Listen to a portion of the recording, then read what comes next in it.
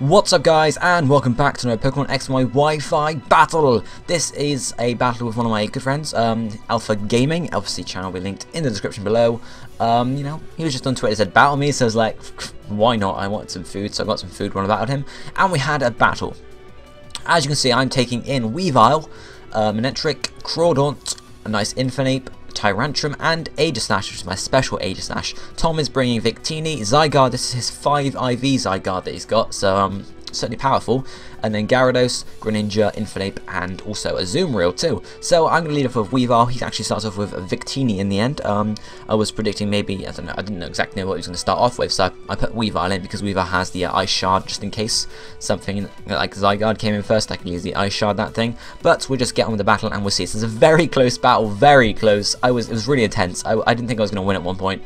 Or at several points technically, but you know, in the end we'll see what happens in the end, I guess. 30 turns this match. So I start off with Shadow my Weavile. He actually started with Victini, as I said.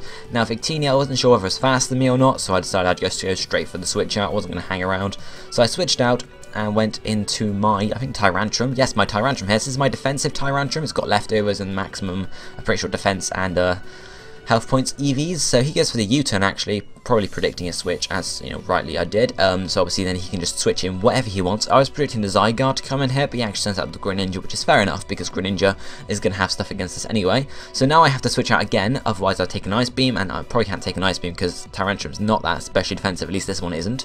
So I switch my Tyrantrum out and go into my Aegislash because I know that thing can take an Ice Beam pretty damn well. So the Aegislash is thanks Matt, because someone sent it to me, so I thought I'd, you know, keep the nickname, it was quite nice. And as predicted, the Ice Beam comes off, and my Aegislash is going to take it reasonably well, not amazing, but reasonably well.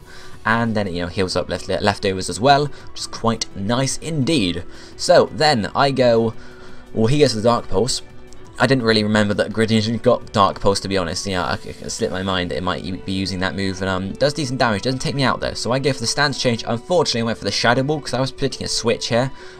So it wouldn't be better if I go for the Flash Cannon, but obviously, or maybe even just Flash Cannon, So obviously it does less than half because it's resisted, which is unfortunate for me, and obviously I can't really do much right now. So I decide, after the leftovers all activate, it is the leftovers Greninja. I'm pretty sure this is a bulky Greninja, maybe a fast bulky one, because it does take my hits pretty well throughout the match. I go for the King Shield just to get the leftovers to heal me up slightly for later on in the battle. Obviously not staying in with Greninja because this thing's going to be able to take me out in one more turn, and obviously the King Shield's not going to reduce their attack at all because they're not physical moves.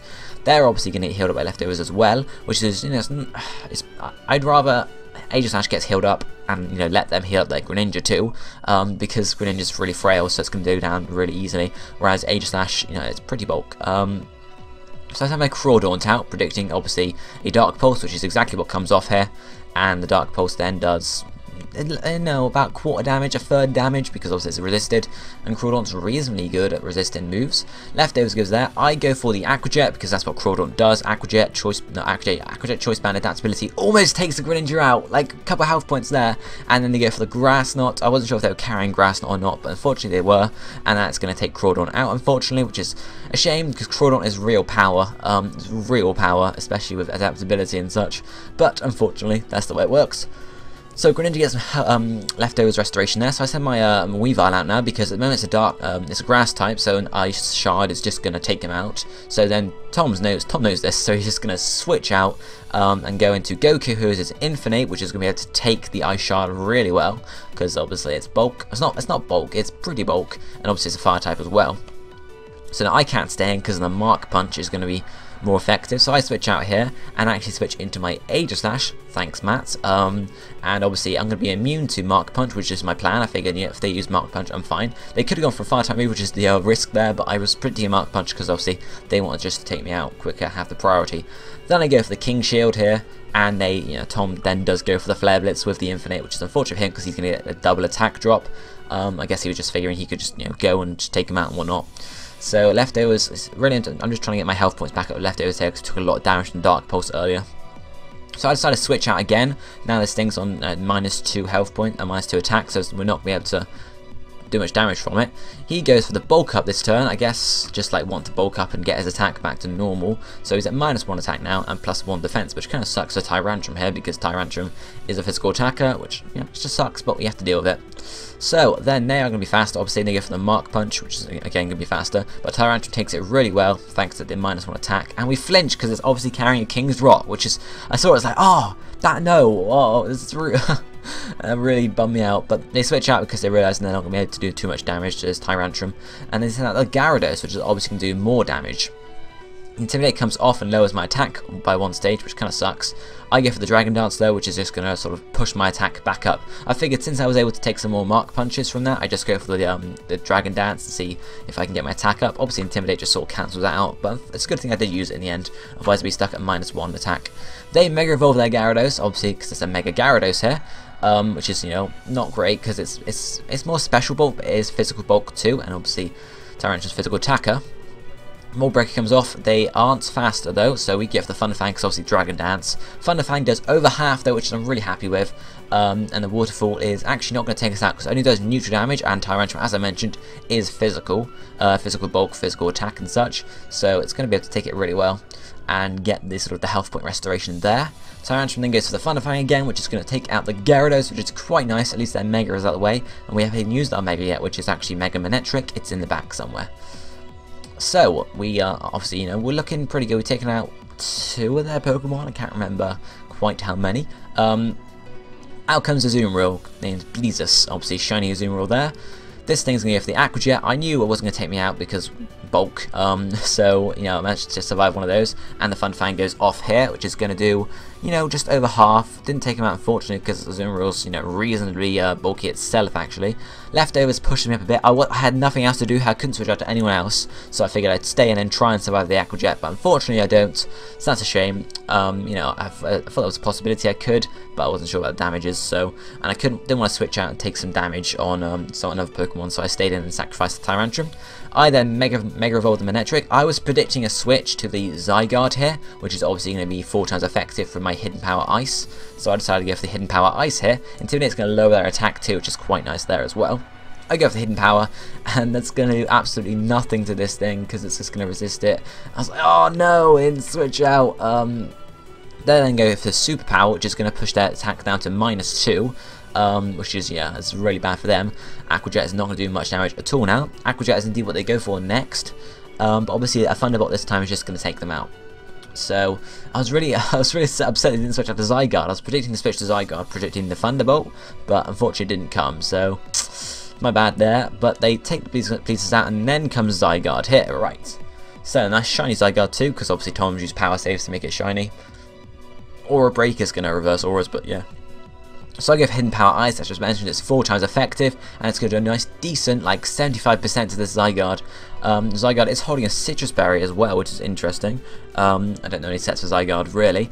And Zygarde then goes for the Coil, so I guess that's what the Citrus Berry is for, you know, to allow them to set up a Coil, or maybe 2 Coils. That's going to raise attack, defense, and the accuracy. I figured, okay, we're faster, we can go for the Hidden Power and take him out, but unfortunately, they're carrying Extreme Speed. I didn't know Zygarde got Extreme Speed, actually, so it's quite a shock to me, and unfortunately Manectric's then gone, so it's a shame, but oh well. I then send out Shadow. This is the only thing I could do. This is the only thing that was like faster, I'm pretty sure. So I go for the Icicle Crash. They didn't use the Extreme Speed for some reason, not quite sure why, but the Icicle Crash is then going to do damage, and even with the defense boost, they are still going to go down to that. So, you know, we're power with the Weavile here. Weavile is pretty damn power, to be honest, guys. Really high speed, and a pretty high attack stat too. So obviously Goku comes out. I'm not going to stay out against this thing because of the Mark Punch. Again, I go and switch into my my Aegislash because that thing is going to be immune to Mark Punch. I was sort of thinking maybe Tom's going to predict me to do that there and go for the Flare Blitz instead, but he didn't. He went for the Mark Punch again, which is fair enough.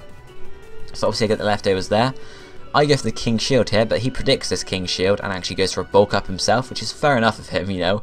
I shouldn't really use the same strategy or same sort of pattern 2 times in a row. I should have maybe just gone for straight for the attack then gone for the King Shield, but unfortunately it's not how it went, so, you know, oh well. So obviously then I've decided I'm just going to go for the attack this turn. Flare Blitz with that attack boost is unfortunately going to take my H-Slash out. Maybe if I'd done it a different way, and maybe if I'd gone for the Shadow Ball first and then the King Shield, they would attack me and I would have gotten them, you know, -2 on them or whatnot. But unfortunately it's not the way it went, so I sent out my own Infernape to face down Goku. Goku is going to be faster and go for the Thunder Punch here. I think it's probably a speed tie because they're both Infernape's. Thunder Punch has the clean like 75% because of the attack boost, but I'm carrying Earthquake on this Infernape, and that's going to take Goku out from where it is. So we're down to Infernape for me, and I'm pretty sure the last Pokemon for me is Shadow, and Infernape and Weavile, and Tom is left with Greninja and Victini. Victini we only saw right at the start, so yeah, it's really quite risky. Now I knew I needed to use Shadow to take, or my only chance was Shadow because this thing's faster than Infernape, so I decided I'd just stay in and sack off Infernape. The one thing I didn't count on or didn't remember is the fact that that Greninja is actually leftovers, so that's going to sort of push his health points back up slightly, which really sucks in my case, but I couldn't really do anything. I didn't want to switch out to Shadow and let that thing take damage. So I wasn't sure whether Shadow was actually faster than Greninja, so I thought I'd go for the attack. They actually switched Greninja out, so I guess predicting in an Ice Shard, which would most likely, I don't know if it would take him out or not. So Victini comes out, but I actually went for the Night Slash because I figured I'd just get the power off. And Night Slash does almost like, it does like, 98%, 99%. They must have had like 1 or 2 health points left, and obviously then faster and go for the Ice Shard. I think I've been faster anyway because Victini's based at 100. I'm pretty sure Weavile's got more than 100 speed. Even with the Ice Shard, even without the Ice Shard rather, that thing would have gone. So the Ice Shard went off there. Greninja, now it wasn't, because it's now a water type, so you know it was a water type anyway. So I went for the Night Slash rather than the Ice Shard, and that thing is going to take Greninja out. It's a very close match. It could have gone either way at the end.